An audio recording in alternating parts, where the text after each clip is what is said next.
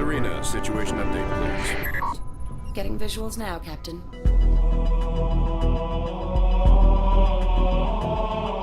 When you play the original Halo games, an explosion takes up the whole screen. So I'm going to kill a fast-moving purple thing, and it will come at me and die. In Halo Wars, it's going to be a view from 40 feet up, so it's not going to be one explosion, it's going to be 20.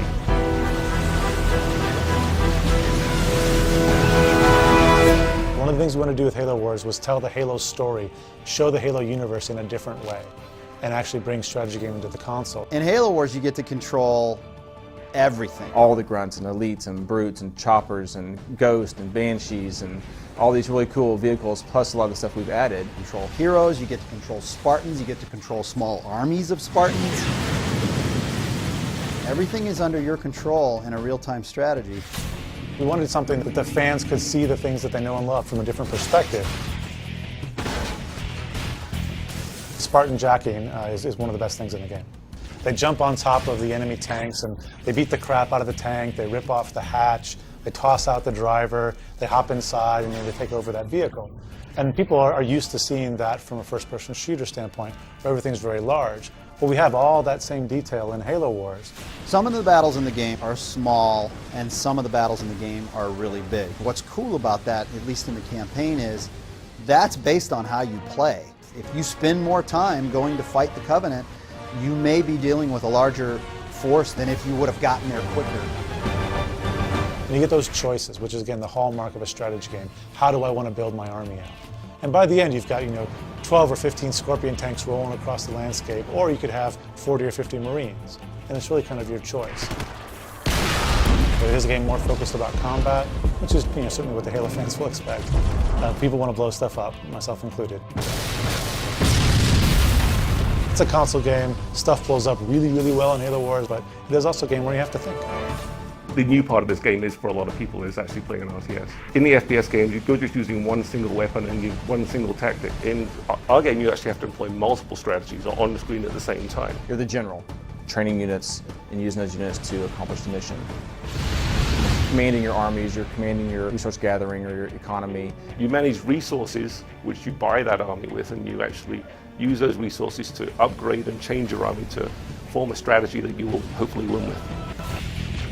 There's a lot of different definitions for armies, right? There's like a teched out army, which is maybe not as big an army, but you've spent a lot more of your resources on technologies and things like that, so it's a very powerful army. And that actually kind of maps into Halo Wars really well, because in our game, the UNSC, the humans, they're the regimented army. But the Covenant, the sort of religious zealots, they can bring a lot more units to the fight, but each of those units is a little bit weaker.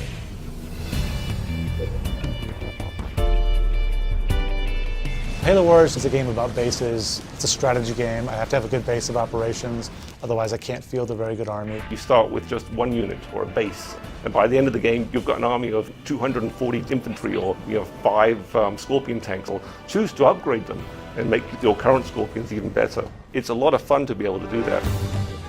I'm actually very happy with the way we've been able to represent all the economic decisions in Halo Wars. They're faster, it's easier to do. I'm not managing 75 villagers chopping down trees, but the depth is still there. We didn't want people digging in the dirt. We felt that was not what a console player really wanted to do. We wanted the focus to be on combat. It's quick, it's easy to play, but it's very simple. I bounce back to my town, I get the supply pad upgrade, I'm back to the fight.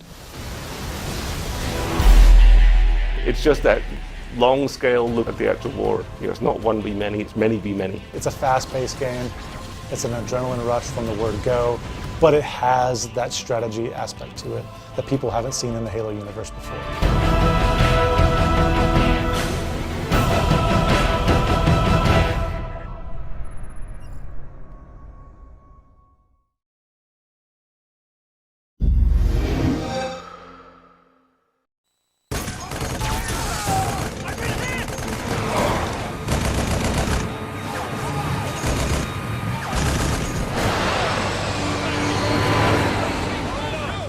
Always our biggest concern was making sure that we had the Halo vibe down. The lore is really deep and rich. It has a lot of units that we can play with, which is great for a strategy game. We found the Covenant to be pretty full.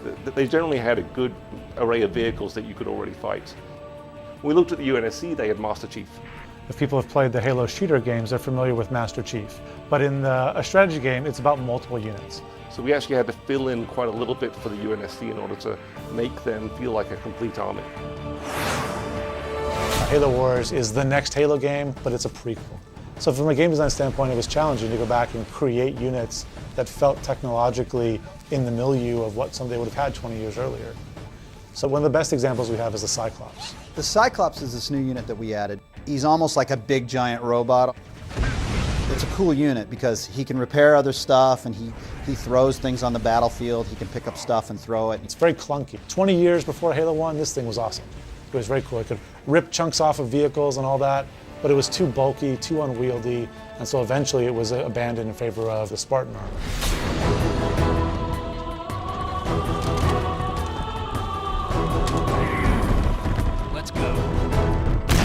There's a definite feeling when the Spartans show up for the first time in the campaign. We're like, wow, this is when Spartans were Spartans and not just Master Chief.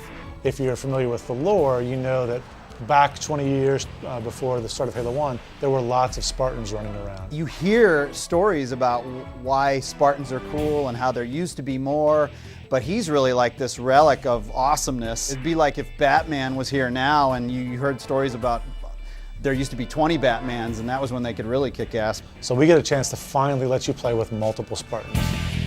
They're great in combat, they can steal enemy vehicles, they can get inside my vehicles and make my vehicles better. We call them the Kingmaker unit. Most of the units in Halo Wars have a special ability. It works the same for everybody. You just select them, you hit Y. Pretty sure everybody's going to be real excited about the Warthog Y ability, which is ramming into piles of grunts with a Warthog. It's about as good as it gets. One of the new units we've added that I think is pretty kick-ass is the Locust on the Covenant side. It's basically a building killer. It's almost like a smaller version of a Scarab. You know, when that comes and then there's 4 of them on your base, you kind of freak out because, you know, they can take buildings down pretty quick.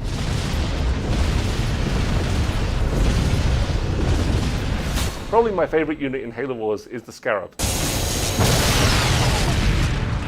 I mean, it's just such an evil device that the Covenant use. I mean, it's got a big laser beam that fires out, and as it destroys infantry, they scream and burn to death, and it truly feels evil to use it. They're hard to get to, but once you get them, they're really unbelievably strong. They can take out entire armies and stuff like that. There is nothing better than shooting a large laser beam at the infantry and hearing them scream and die.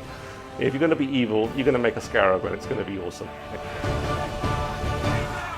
Those things are just made for killing. From the UNSC aspect, you have these god powers that appear to come from the Spirit of Fire, which is hovering above the whole time, and you can call on its help whenever you have the resources to do it. Like a carpet bombing run, or use the Mach cannon to actually blast an area from space. The cryo bomb is another UNSC option that actually freezes units for just a little bit. And it perhaps gives you a chance to take out something very big like a Scarab. Gameplay-wise, that's really cool because the carpet bomb is kind of like a big old grenade. It does damage to everything. The Mach blast is kind of like a little sniper shot. Both sides actually use different ways of turning the tide of a battle. The humans can call upon Spirit of Fire. The Covenant, though, actually have their hero units on the ground. They're actually individually the best units in the game. The Covenant are led by these charismatic guys, these religious zealots. Blasphemy! They have the Prophet of Regret, the Brute Chieftain, or the Arbiter. The Prophet of Regret can call down this cleansing beam, which is actually what the Covenant armies used to glass planets into oblivion. You can chase that pesky little Spartan around the map with this beam of destruction. The fully upgraded Arbiter has a power called Rage. I'll tear them apart. He can take out an entire UNSC army just by himself. If you talk to anyone technical about an RTS game, they will tell you all about rock, paper, scissors. Vehicles beat infantry, infantry beat aircraft, and aircraft beat vehicles. But as soon as you start seeing rock, paper, scissors, all you're seeing in the game is the Matrix. You might as well just have numbers on the screen. One of the things we worked incredibly hard on was making the units in Halo was just super cool. We want it to be something that we love. Make a robust strategy game, which we know how to do, but we also have to make something that feels very much like it's in the fiction of what Halo fans would expect.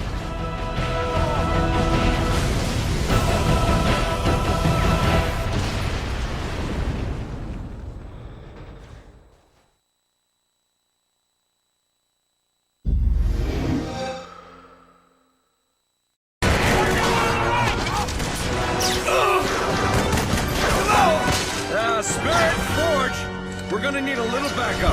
Because everything's just blowing up, dying on fire. You know, reverberating out from the center and stuff's exploding. They're strafing all my guys, and my grunts are running for cover the way grunts do. And elites and brutes and all these things together. The second you pick it up, you'll be drawn into it. It's just phenomenal. That was cool. When we started Halo Wars, I think it took us a while to get into the mindset of less is more. The simple controls and simple gameplay is actually just what people want and what's more fun anyway, so we always pull back towards that.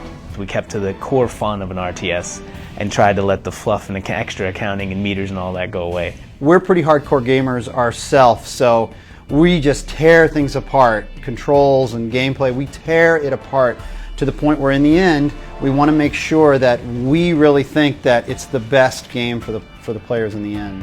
The civilians have no cover. They're dead without military support. There are a lot of ways to play this game. The way we expect people to play the game first is the campaign. In the multiplayer, you play a single leader. You play one of 3 UNSC leaders or one of 3 Covenant leaders, and that dictates your technology tree, and that dictates what upgrades and units you can get. In the campaign, it's much freer because you're playing as the whole of UNSC, so it's more mix and match. But then they can also play skirmish. So this is kind of our repeatable game. You can have Covenant and Human on the same team, playing against 2 Covenant. You can have Human versus Human. You can have Covenant versus Covenant. You and I can go online, we can grab a buddy, we can play 3-on-3 against AIs. One guy can go econ and he can actually give money to the other people and they can build the military units, and he can kind of sit back and just manage the economy and defend the bases. It's cool to have that option. They want that interaction of building up their armies with my friend is sort of my ally, and he's doing it as well, and I protect him, he protects me, and then we go out and destroy fight the world, take on the world together. I think Halo Wars, if I was to sum it up into 2 words, would be epic experience. And you get that when you play in the campaign mode, and you get that when you play online.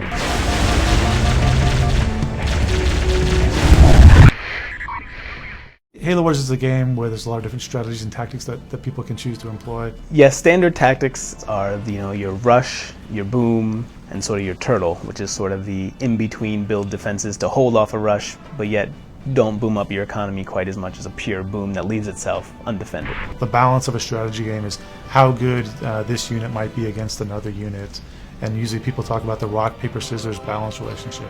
You don't want one strategy that will always beat everything, because then there's not much strategy to the game. I like to rush other people. I'll tend to play Captain Cutter, and I'll build an elephant. I'll just start churning out infantry, and I'll be in your base attacking you within like 30-40 seconds.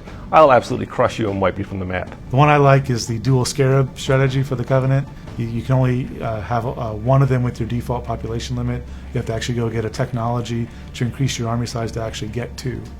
But you take 2 Covenant scarabs, you can train some engineers, which are the Covenant units that heal other units.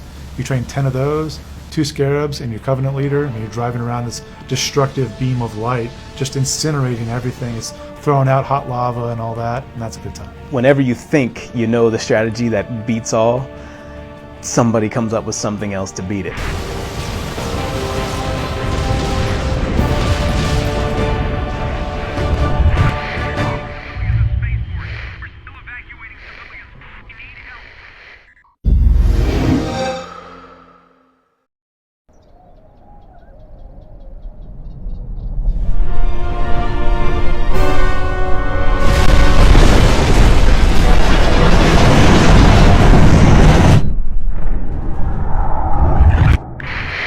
One of the hardest genres on the console to sort of crack has been strategy games.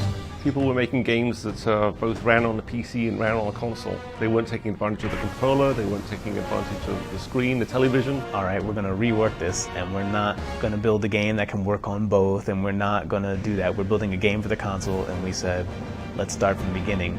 We took it up to Microsoft and talked with them, and really I think came to the mutual conclusion that the right thing for this game was to marry our gameplay with a universe that people understood already. When we were told that Halo was available, we had to learn a lot more about the Halo universe. Who doesn't want to work with the Halo franchise? And taking those characters, that world, and putting our gameplay with it was sort of a perfect marriage. During that time we found out that Halo itself started out as an RTS game, which of course was kind of interesting. I want to feel in every game like I can invest myself in that world somehow.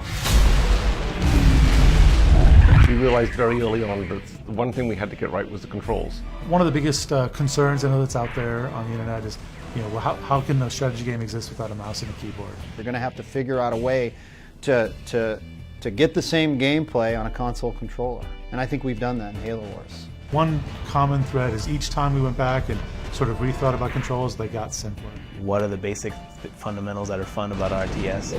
How do we have to control them?